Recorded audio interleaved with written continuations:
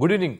ఇటీవల కాలంలో యూకేలో వీసాలు, అదేవిధంగా ఉద్యోగాల పేరుతో మోసపోయిన వాళ్ళు ఒక్కొక్కరుగా బయటకొస్తున్నారు. ప్రధానంగా నందు వరల్డ్‌కి సంబంధించిన వారిపైన అభియోగాలు చేస్తున్నారు. వారిపైన తీవ్ర స్థాయిలో ఆరోపణలు కూడా చేస్తున్నారు. జాగర్లమూడి మధుకర్, అదేవిధంగా రమానందన పైన వాళ్ళంతా కూడా ఆరోపణలు చేస్తున్నారు. అయితే యూకేలో ప్రస్తుతం ఉన్న పరిస్థితులు ఎలా ఉన్నాయి? తెలుగు వాళ్ళు గనక యూకేకు ఉద్యోగాల కోసం వెళ్ళినప్పుడు ఎటువంటి జాగ్రత్తలు తీసుకోవాలి? మోసపోకుండా ఎటువంటి ప్రికాషన్స్ తీసుకోవాలి? వీటన్నిటిపై మనతో మాట్లాడడానికి ఉమ్మడి నల్గొండ జిల్లా భూదాన్ పోచన్పల్లికి చెందిన జయపాల్ రెడ్డి గారు ఉన్నారు. వారితో మాట్లాడి తెలుసుకునే ప్రయత్నం చేద్దాం. వారు 18 ఇయర్స్ బ్యాక్ యూకేకి వెళ్ళారు. ప్రస్తుతం వారు అక్కడే ఉంటున్నారు. వారితో మాట్లాడి మరిన్ని వివరాలు తెలుసుకునే ప్రయత్నం చేద్దాం. నమస్తే జయపాల్ రెడ్డి గారు. నమస్తే బ్రదర్, ఎలా ఉన్నారు? Fine sir, fine. What about you? Fine. రీసెంట్గా చూస్తున్నాం ఒక ఎక్కువ అంటే 1 మంత్ నుంచి సీరియస్గా కొన్ని అలిగేషన్స్ వస్తున్నాయి. ప్రధానంగా యూకే వీసా ఫ్రాడ్ కానీ జాబ్ ఫ్రాడ్కి సంబంధించి నందూస్ వాళ్ళకి సంబంధించిన వాళ్ళపైన ప్రధానంగా ఆరోపణలు వినిపిస్తున్నాయి. విక్టిమ్స్ ఒక్కొక్కరుగా బయటకు వస్తున్నారు. వాళ్ళు ఎటువంటి అగ్ని వాళ్ళు ఫేస్ చేస్తున్నారని కూడా చెప్తున్నారు. మీరు యూకేలో దాదాపు డికేడ్ పైన ఉంటున్నారు, అంటే 2 డికేడ్స్ దగ్గరికి వస్తుంది. ఏంటి మీరు ఏం చెప్తారు? ఈ పరిణామాలను మీరు ఎట్లా అనాలిసిస్ చేస్తారు సార్? పరిణామాలు అంటే ఓకే, అది చేశారా చేయలేరా అని మనం చెప్పలేము. మనం చెప్పేది మన జాబ్ కాదు. సో నా దగ్గరికి అయితే చాలామంది విక్టిమ్స్ వచ్చారు, మాట్లాడాను. నేను వాళ్ళు ఇచ్చిన ఎవిడెన్స్ కూడా అంతా చూశాను. చూసిన తర్వాత సో అది జరిగింది. డబ్బులు వెళ్ళిన మాట నిజంలాగానే అనిపిస్తున్నది, డబ్బులు కలెక్ట్ చేసిన మాట నిజంలాగానే అనిపిస్తున్నది. తర్వాత సిఓఎస్లు ఇస్తామని ఇవ్వలేదు, ఇచ్చిన వాళ్ళకి శాలరీ ఇవ్వలేదు. అన్ని ఎవిడెన్స్లు అయితే కనిపిస్తున్నాయి అక్కడ. సో బ్రదర్, ఒక విషయం గుర్తుపెట్టుకోవాలి, డబ్బులు అందరికీ ఇంపార్టెంటే. డబ్బులు ఎవరికి ఊరికే రావని చెప్తుంటారు కదా మన సారు. అట్లే ఈ డబ్బులు వస్తాయి పోతాయి, కానీ ఇక్కడ మ్యాటర్ ఏంటంటే జనాల ఎమోషన్స్తో ఆడుకోవడం. ఒక కింది స్థాయి నుంచి వచ్చినామని చెప్పుకుంటా ఆ కింది స్థాయిలో ఉన్న వాళ్ళని తొక్కడం, మోసం చేయడం, తర్వాత ఆ డబ్బులు తీసుకొని ఫోన్లు ఎత్తపోవడం, బ్లాక్ చేయడం, ఏం చేసుకుంటావు చేసుకోపో, మాట్లాడితే లీగల్ యాక్షన్ తీసుకుంటాం అనేది, ఆ లీగల్ యాక్షన్ అనేది ఒక బెదిరించడం. ఇదంతా ఎమోషన్స్ బ్రో, స్ట్రెస్. ఇప్పుడు రాఘవేంద్ర రెడ్డి గారు నాకు 10 లక్షలు ఇచ్చారు అప్పు. అప్పు ఇచ్చిన తర్వాత మళ్ళీ జైపాల్ రెడ్డి నా పైసలు నాకు ఇచ్చాయంటే నేను ఇయ్యాను, ఏం చేసుకుంటావు చేసుకోపో అంటే ఎట్లుంటుంది నీకు? లేకుంటే అన్న అయితలేవనా పైసలు, అయితట్లేవనా అని చెప్పి ఏదో సంథింగ్ మెసేజ్ పెడితే ఎట్లుంటుంది? ఇదో అర్థమవుతుందా? సో నేను ఏం చేసుకుంటా వేసుకోపో, ఓని చెప్పుకుంటా చెప్పుకోపో అని చెప్పి నేను ఫోన్ బ్లాక్ చేసింది అనుకో, నీకు ఎట్లుంటది? కాలదా? అవును. అట్లా ఆ ఎమోషన్స్ తో ఆడుకున్నారు వీళ్ళు. ఏంటంటే పాపం పోరగాళ్ళంతా సరే, వాళ్ళు ఫస్ట్ ఆఫ్ ఆల్ ఆ సిఓఎస్లు కొనుక్కోవడమే తప్పు. జనాలు they do what they do. Okay, అది it's nature of the beast అంటాము. సో వీళ్ళు ఆ వీసాల మీద ఉన్నప్పుడు ఎవరికి చెప్పుకోలేక, చెప్తే లీగల్ యాక్షన్ భయంతో ఇచ్చిన పైసలు పోగొట్టుకొని, ఈ జేబులో రూపాయి లేక కాన్రాన్ దేశం వచ్చి ఇక్కడ ఎవడు ఎవరికి హెల్ప్ చేయడు. అది ఆ టార్చర్ వేరే బ్రో. సో ఇవన్నీ విన్న తర్వాతనే నాకు ఇది సరే, నేను ఇన్స్టాగ్రామ్లో వీడియోస్ చేస్తుంటా బాగా, ఆస్క్ చేయని. ఇది నేను ఈ ఇష్యూ మీద, అంటే వీళ్ళ ఇష్యూ కాదు, ఈ సిఓఎస్ ఇష్యూల మీద ఇంతకుముందు 2-3 సార్లు చేసిన, జాగ్రత్త ఉండండి అని. సో మనకు సంబంధించిన టాపిక్ కాబట్టి నేను సరే అన్నీ మాట్లాడి అన్నీ చూసి అంతా చేసిన తర్వాత వాళ్ళతో కూడా మాట్లాడిన తర్వాత, ఈ మందూస్ వరల్డ్ అని ఎవరైతే ఉన్నారో వాళ్ళతో మాట్లాడిన తర్వాత then I decided to ask those questions. ఎందుకంటే వాళ్ళు నాకు ఛాన్స్ ఇవ్వలేదు. నేను క్వశ్చన్స్ అడుగుతా అంటే వాళ్ళ హస్బెండ్తో మాట్లాడలేదు నన్ను. 3 సార్లు అడిగాను, 3 సార్లు నో చెప్పారు. సో నో చెప్పినప్పుడే నాకు చెప్పాలండి. ఏమంటున్నా అంటే మీరు అడిగే ప్రయత్నం చేశారు, వాళ్ళ సైడ్ వర్షన్ వినిపించే ప్రయత్నం చేశారు, అంటే ఒక లెవెల్ ప్లేయింగ్ ఫీల్డ్ కోసమే మీరు ట్రై చేశారు. Why they denied? మీకేమనిపించింది? ఏమనిపిస్తుంది బ్రో, తెలియదు. చూసే వాళ్ళందరికీ తెలుస్తూనే ఉంటుంది ఎందుకు డినై చేశారనేది. నాకు తెలియదు ఎందుకు డినై చేశారనేది. బ్రదర్, నాకు 2 పిల్లలు ఉన్నారు, వాళ్ళకి 2 పిల్లలు ఉన్నారు. సో వాళ్ళు ఏం ఆలోచిస్తారు, పిల్లలు ఎలా ఉంటారు అనేది మనకు కొంచెం ఐడియా ఉన్నది. నేను వాళ్ళని అప్రోచ్ అయ్యానంటే ఒక రీజన్, రేపు పొద్దున ఇది బ్లో అప్ అయితే పిల్లలు ఎఫెక్ట్ అవుతారు, సిస్టర్ ఏదో ఒకటి సార్ట్అవుట్ చేసుకోండి అనే ఉద్దేశంతో అప్రోచ్ అయినా నేను. యా. ఉమ్, సో వాళ్ళు నాతో మాట్లాడింది నేను ఎవరికి చెప్పను. బట్ మాట్లాడిన తర్వాత నాకైతే ఒక ఉద్దేశం ఉన్నది. ఆ ఉద్దేశం వచ్చేసి వాళ్ళు చెప్పిన స్టోరీస్ నాకు అతకలేదు. యా, ఎంతసేపటికి చూసిరుగా మీరంతా, నేను మహిళని, నేను ఎదుగుతున్నా, నన్ను ఇట్లా టార్చర్ చేస్తున్నారు, అది కావాలని పెయిడ్ చేస్తున్నారు, క్యాంపెయిన్ కూడా ఎదుగుతున్నా అని చేస్తున్నారు చేస్తున్నారు. కొంతమంది అన్నారు కూడా, పెయిడ్ క్యాంపెయిన్ చేస్తున్నారు. పెయిడ్ క్యాంపెయిన్ చేస్తున్నారు. ఎవరికి బ్రో టైం ఎవరికి ఉంటుంది? ఇప్పుడు రాఘవేందర్ రెడ్డికి టైం ఉందా నా మీద యా. పెయిడ్ క్యాంపెయిన్ చేయడానికి? మీ ఉమ్, పనులు నీకున్నాయా? ఉమ్, నా మీద పెయిడ్ క్యాంపెయిన్ చేస్తే నీకేమొస్తుంది చెప్పు? యా. ఉమ్, ఉమ్. ఎవరి పనులు వాళ్ళకు ఉంటాయి. మేమంతా 30, 40, 50 ఏళ్ళకి వచ్చిన జనాలు ఉన్నారు ఇక్కడ. ఓకే. మేము పని కట్టుకొని పైసలు పెట్టుకొని వాడి మీద పెయిడ్ క్యాంపెయిన్ చేస్తామా? ఉమ్. అంటే యా. మీ జయపాల్ రెడ్డి గారు, మీ ఆబ్జెక్టివ్ ఏంటి? సిరీస్ వీడియోస్ చేస్తున్నారు, చాలా సో క్వశ్చన్స్ రేజ్ చేస్తున్నారు. ఆ, నా ఆబ్జెక్టివ్ ఫస్ట్ నుంచి ఒకటే బ్రదర్. నేను దీంట్లో ఏదో సాధించేద్దామని ఏం లేదు. నాకేందంటే, నేను అంతకుముందు కూడా చాలా అవేర్నెస్ వీడియోస్ చేసిన, అందరికీ తెలవాలా ఈ స్కామ్లు అవుతున్నాయి, స్కామ్లో గురి కావద్దు అనేది నేను చాలాసార్లు చెప్పిన. నేను యూజువల్గా జాబులు, సీవీలు వీటి గురించి చెప్తా ఉంటా. మన పోరగాళ్ళు ఈ బయటకు వచ్చినప్పుడు, బయట దేశాలకు వచ్చినప్పుడు చాలా ఇబ్బందులు పడుతుంటారు. మనం ఆ ఇబ్బందులు పడే ఇందాక వచ్చినాం, మనం బడ్డ ఇబ్బందులు పడొద్దని. నాదేం పోతుంది బ్రో, కొంచెం టైము. సరే, మన నాలెడ్జ్ అంతే నేను షేర్ చేసుకునేది. నేనేం వీళ్ళకి పైసలు ఇయ్యను, నేనేం వీళ్ళకి జాబులు ఇయ్యను. నా నాలెడ్జ్ షేర్ చేసుకుంటే ఎవడో వాడు యూజ్ చేసుకుంటాడు, పైకి వస్తాడని మన ఉద్దేశం. సో అట్లనే ఈ స్కామ్లకు గురి కావద్దురా నాయన, పైసలు పోగొట్టుకోద్దురా నాయన అని మనం చాలాసార్లు చెప్తాం. అదే విధంగా ఈ ఇష్యూ వచ్చినప్పుడు టేకప్ చేసింది కూడా అదే ఉద్దేశం నాది. అవేర్నెస్ రైజ్ చేయాలి. ఇప్పుడు చూడండి, ఇప్పుడు ఇవాళ మనం యూట్యూబ్ ఓపెన్ చేసినా, టీవీ ఛానల్ ఓపెన్ చేసినా ఎవరైనా దీని గురించి మాట్లాడుతున్నారు. సో రేపు పొద్దున ఎవడన్నా ఈ సిఓఎస్ గురించి కొనుక్కోవాలన్నా, లేకుంటే దాని గురించి ఆలోచించినా కానీ they know there are lots of scams. So they will be careful. Actual కొనుక్కోవడం అనేది తప్పు, బట్ జనాలు they do what they do. So ఆలోచిస్తారు, మోసపోకుండా ఉంటారు. ఇంకోటి మెయిన్ థింగ్ ఏంటంటే, ఈ మోసపోయిన వాళ్ళందరూ కూడా చాలా ఫ్రస్ట్రేషన్ తోటి, చాలా బాధతోటి, చాలా స్ట్రెస్ తోటి ఉన్నారు. ఎస్. యా, కొంతమంది లైఫ్ ఖరాబ్ అయిపోయినాయి, కొంతమంది ఇక్కడ యూకే వదిలేసి ఇండియాకి వెళ్ళిపోయారు, కొంతమంది ఏం చేయలేక అట్లా ఉన్నారు. ఇప్పుడు కొంతమంది అసలు ఇది ఎందుకురా మనకు వచ్చిందని చెప్పేసి మోసపోయి కూడా బయటికి రాని వాళ్ళు ఎంతోమంది ఉన్నారు. అట్లీస్ట్ వాళ్ళందరికీ ఒక సాటిస్ఫాక్షన్ ఉంటుందని అనుకుంటున్నా. వాళ్ళ సాటిస్ఫాక్షన్ కోసం అయితే నేను చేయలేదు. నేను చేసింది అయితే కంప్లీట్ అవేర్నెస్ కోసమే. పోరగాళ్ళు మోసపోవద్దు.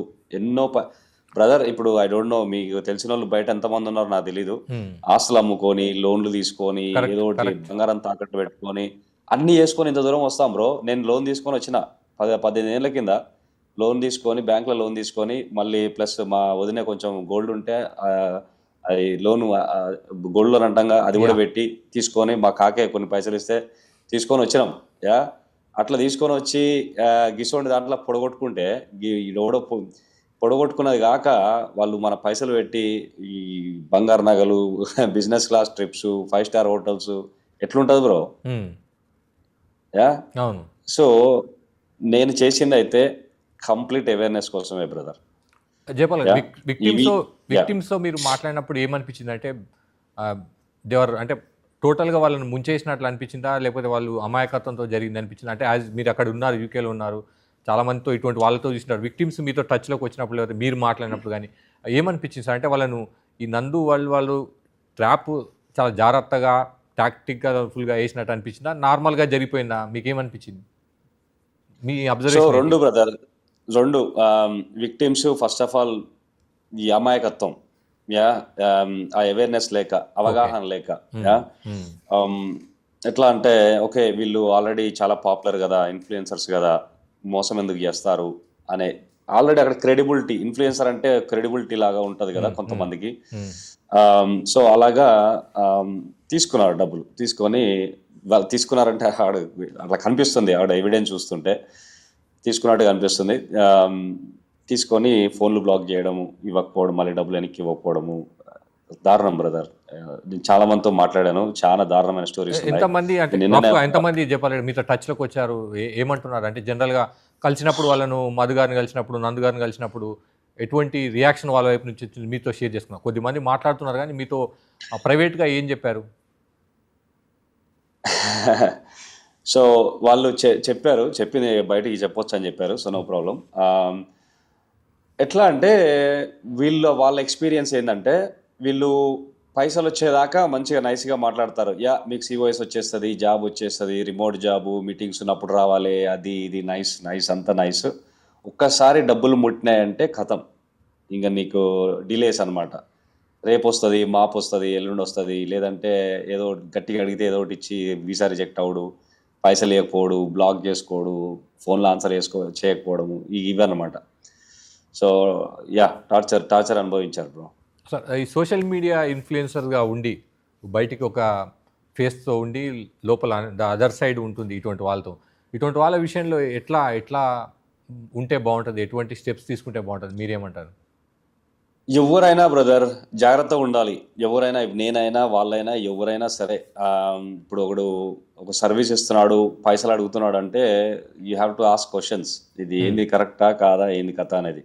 ఫస్ట్ ఆఫ్ ఆల్ ఇట్లాంటి స్కామ్స్ అయితే ఈ సిఓఎస్ కొనుక్కోవడం అనేది చెప్పిన కదా అవును, తప్పు. బట్ జనాలు they do what they do. So ఆ స్టేజ్లోకి రాకండి. నేను మా పొరగాళ్ళకి అదే కదా చెప్పేది. నేను ఇన్స్టాగ్రామ్లో నెత్తి నోరు కొట్టుకొని చెప్పేది కదే, అరే బాబు మీరు యూకే రాగాలని, అమెరికా రాగాలని, ఎటు వచ్చినా సరే మీరు ఎందుకు వచ్చారు అనేది గుర్తుపెట్టుకొని దాని మీద ఫోకస్ చేయండి. సరే మీరు ఎంజాయ్ చేస్తారో, ఫ్రీడమ్ వస్తుంది, చేస్తే చేయండి. కానీ ఈ జాబుల మీద మీరు జాబ్ కోసం వచ్చిరా, బిజినెస్ కోసం వచ్చిరా, పైసల కోసం వచ్చిరా, దేనికోసం వచ్చారు, అవి దాని మీద ఫోకస్ చేయండి. ఆ పరిస్థితి తెచ్చుకోకండి, ఈ వీసాలు కొనుక్కునే పరిస్థితులు తెచ్చుకోకండి. మీరు సరిగ్గా ఫోకస్ చేసి సరిగ్గా కష్టపడి జాబ్ తెచ్చుకుంటే కంపెనీ వాడే పైసలు పెట్టి నీకు వీసాలు ఇస్తాడు. వాడు నీ దగ్గర పైసలు తీసుకోడు. అలాంటి పరిస్థితి తెచ్చుకోండి అని చెప్పేసి, ఆ జాబులు ఎట్లా తెచ్చుకోవాలి, సీవీలు ఎట్లా రాసుకోవాలి, ఇంటర్వ్యూ ఎట్లా చేయాలని చెప్పేసి నేను రోజు నెత్తినోరు కొట్టుకొని చెప్తా ఉంటాను ఇన్స్టాగ్రామ్లో. సో అది అలా చేసుకుంటే బాగుంటుంది. నేనైతే ఒక టైంలో అలాగే చేసిన, నాకు అలాగే జాబ్ వచ్చింది. నాకు మా కంపెనీ వాళ్ళే డబ్బులు పెట్టి నాకు వీసా ఇచ్చారు 5 years. తర్వాత నాకు ఐఎల్ఆర్ వచ్చింది, పిఆర్ అంటాం మేము ఇక్కడ. సో అలా చేశాను. నా ఎక్స్పీరియన్సెస్ నేను షేర్ చేస్తూ ఉంటాను. దాంతో కొంత వందల మంది, if not more than 1000 people జాబులు కొట్టారు మన కాంటెంట్ తోటి. ఓకే, అలా చేసుకుంటే బాగుంటుంది. బట్ కొంతమంది they do what they do. అట్లా జయపాల్ రెడ్డి గారు, ఇప్పుడు సిఓఎస్ విషయంలో నేను కొంతమంది విక్టిమ్స్తో అక్కడ ఉన్న వాళ్ళతో జూమ్లో మాట్లాడాను. వాళ్ళు ఒక లెటర్ ఇచ్చారు. ఆ లెటర్ తీసుకొని వాళ్ళు ఆ కన్సర్న్ అడ్రస్కి వెళ్తే అక్కడ ఏం లేదు. బయటకు వచ్చి మీరెవరు, ఈ లెటర్ మీకెవరు ఇచ్చారు, మాకు సంబంధం లేదు, మీరెందుకు తీసుకున్నా అన్న పరిస్థితి ఉంది. దీన్ని అంటే అలా లెటర్లు ఇచ్చి మనం తప్పించుకోవచ్చా? ఎవరైనా XYZ యూకేలో?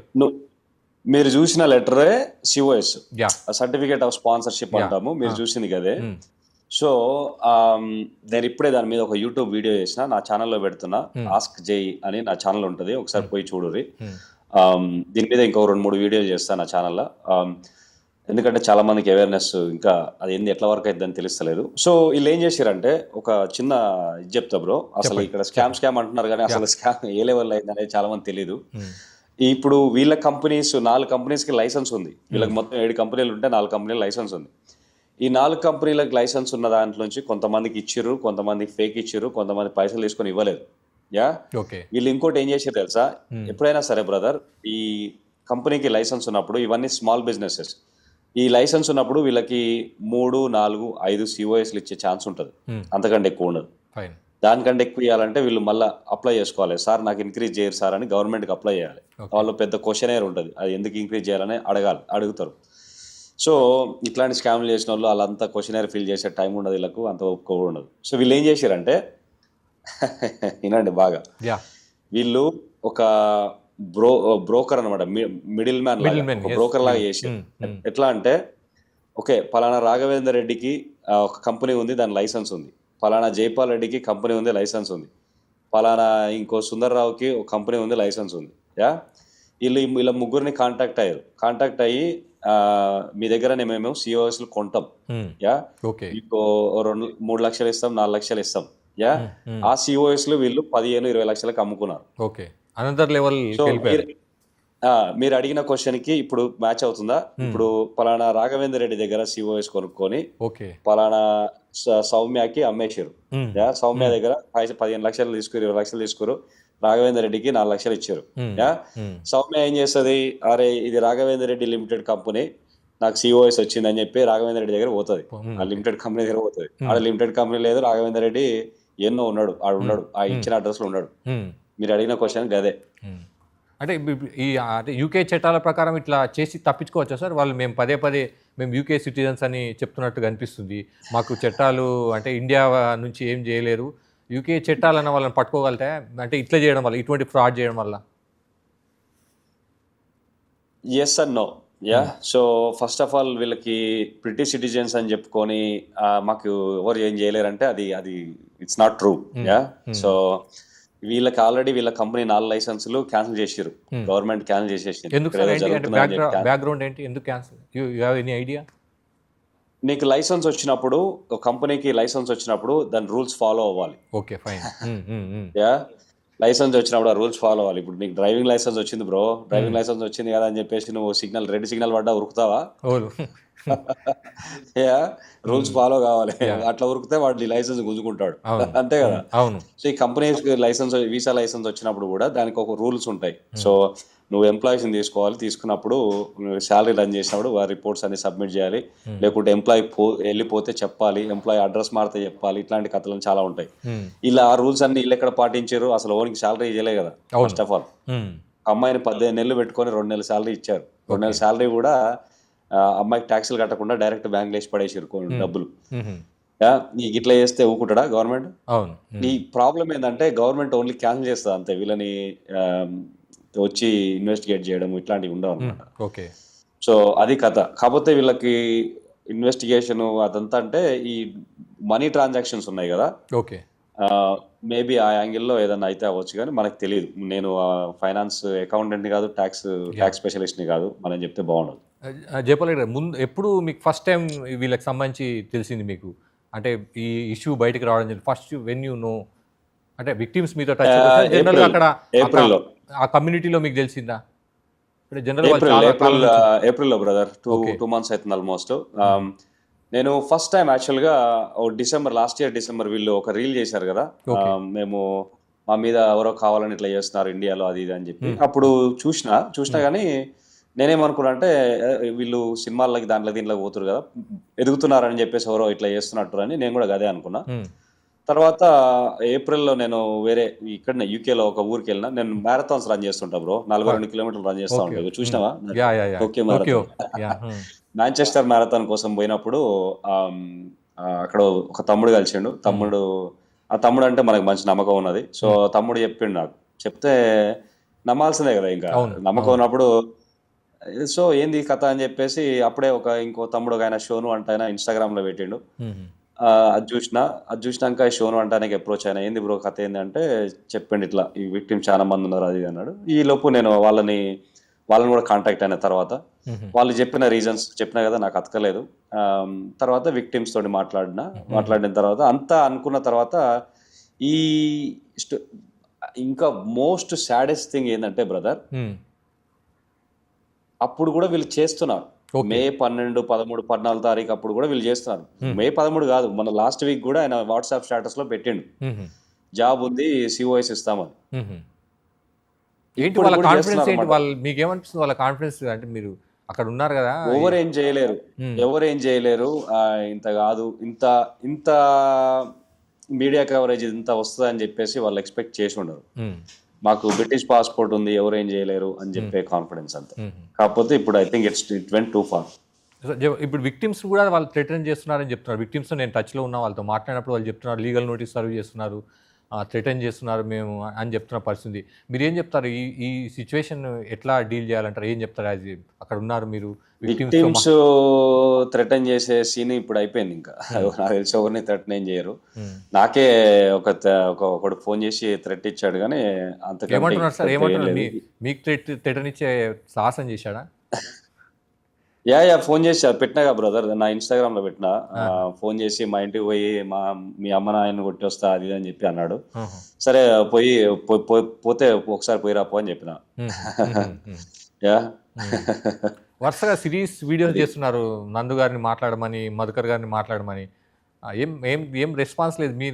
మీ దానికి ఏం రెస్పాన్స్ రావట్లేదు. ఎందుకు రావట్లేదు? ఏంది ఏమన్నా ఇప్పటికేమన్నా ఈ పాయింట్కి ఏమన్నా అనిపిస్తుందా మీకు? ఎందుకు నో రిప్లై అని? అడగండి మీ అసొంటి న్యూస్ ఛానల్లో అడిగితే వస్తారేమో చెప్తారేమో. నా సొంటి చిన్న ప్రాణికి వాళ్ళేం రెస్పాన్స్ ఇస్తారు. ఫైనల్‌గా ఏం చెప్తారు సార్? ఫైనల్‌గా వాళ్ళకి ఏమన్నా చెప్పాలనుకున్నారా? విక్టిమ్స్‌కి ఏమో సరే వాళ్ళ వైపు నుంచి మీరు మాట్లాడుతున్నారు. నెక్స్ట్ ఎవరు విక్టిమ్స్ కాకుండా ప్రయత్నం చేస్తున్నారు మీరు వీడియో చేసి. నందూస్ సో వాళ్ళకి ఫస్ట్ థింగ్ అయితే అదే బ్రదర్. సో విక్టిమ్స్ అందరికి అవేర్నెస్ వచ్చిందని అనుకుంటున్నాను.